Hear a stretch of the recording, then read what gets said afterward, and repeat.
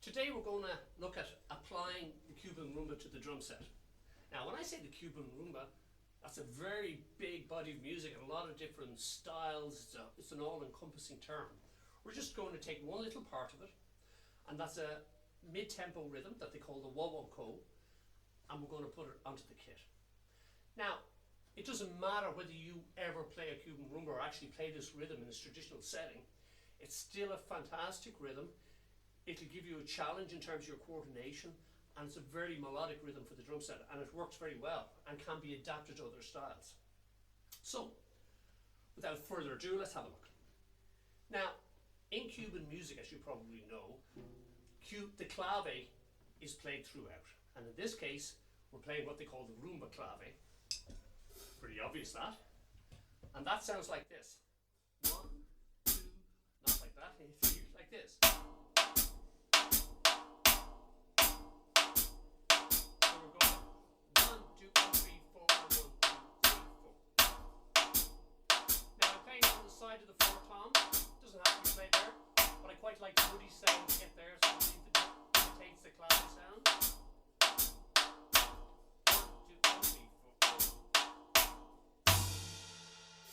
Now, the other part that I'm going to add to the clave is the bass drum on the second stroke of that clave. In other words, the end of 2. This stroke is often referred to as the bombo stroke, or bombo note, and it sounds like this. 1, 2, 3, 4, and 1, 2. Here we go. Adding it to the second stroke.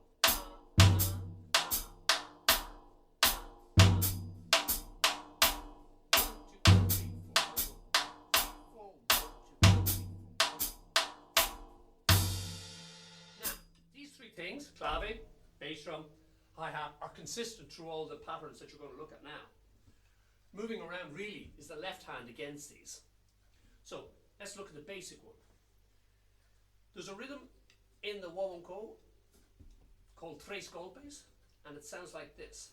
1, 2, 1, 2, 3, 4. 1, 2, 3, 4. Really simple.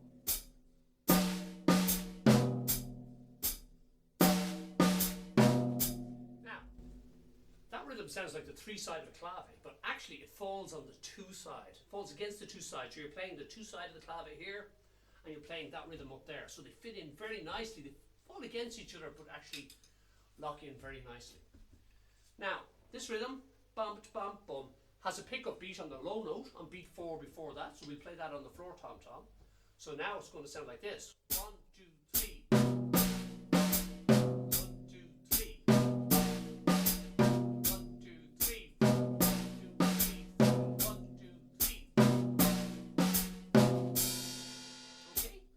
So that rhythm is going to be played against the clave, bombo, and hi-hat. Let's hear how that sounds. 1, 2, 1, 2, 3, 4, clave.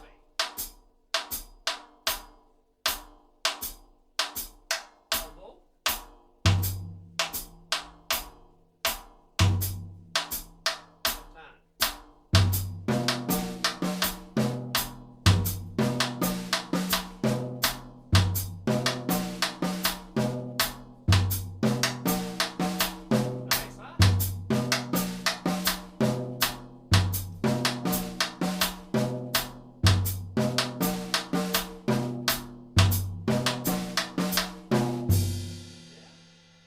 Left hand. That's your basic model. Now we can do some variations in the left hand. We'll keep the clave, bombo, and hi-hat the same. So one of the things you can do is you can double up on your notes. So instead of going, you can put a double on the first stroke and go 1, 2, 3, 4, 1, 2, 3, 4. Or maybe a double on the second stroke. 1, 2, 3, 4.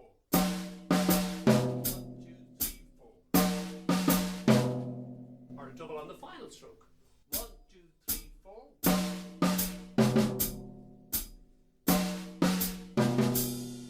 And you can mix and match those. You don't only have to do one, you can put 1 or 2 of them in together. So let's have a listen to how that sounds with the clave and bombo. 1, 2, 1, 2, 3. Basic.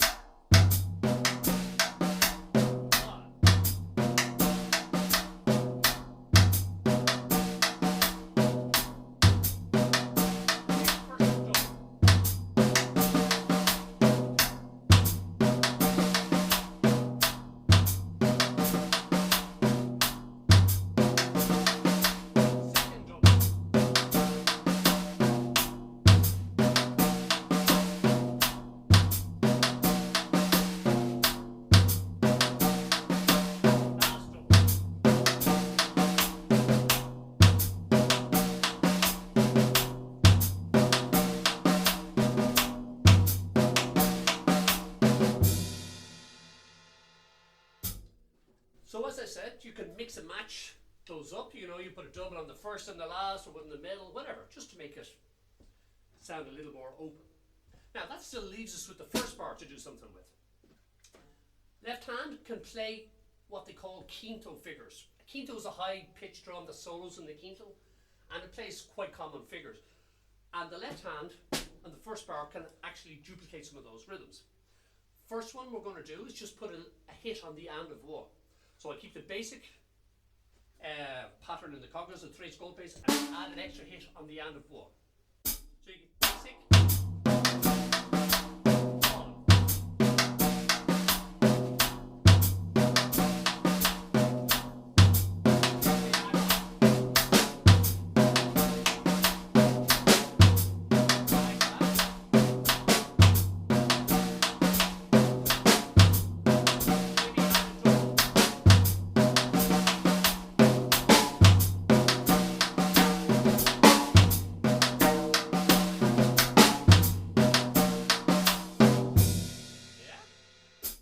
I like to do it that myself actually. Instead of playing it on the snare drum, put it into the floor tom tom. It's like a muted stroke. So instead of getting you get it right into the drum. Let's hear how that sounds. 1, 2, 1, 2, 3, 4.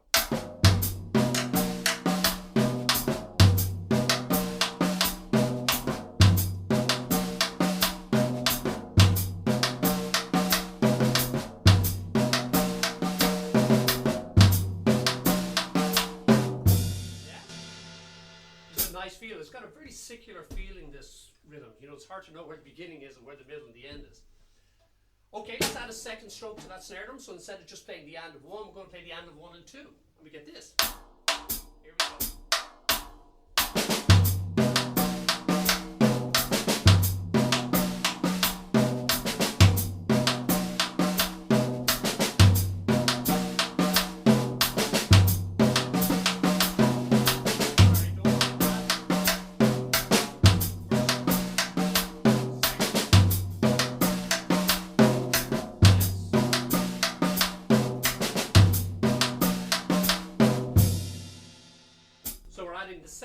A second snare drum. And finally, we can add a snare drum on 3 as well. So it's just after the bumble stroke we also get a snare drum. And that whole thing sounds like this.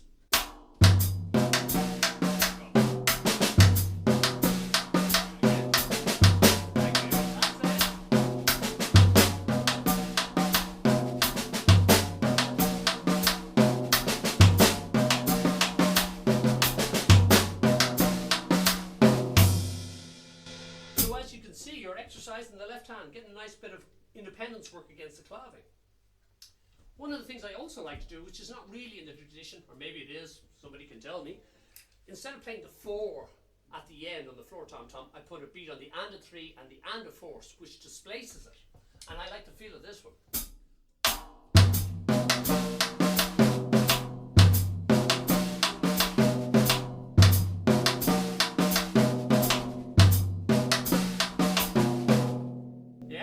So let's add some of the snare drums, some of the doubles, and some of the variations to give us our completed wah-wah-go. Here we go.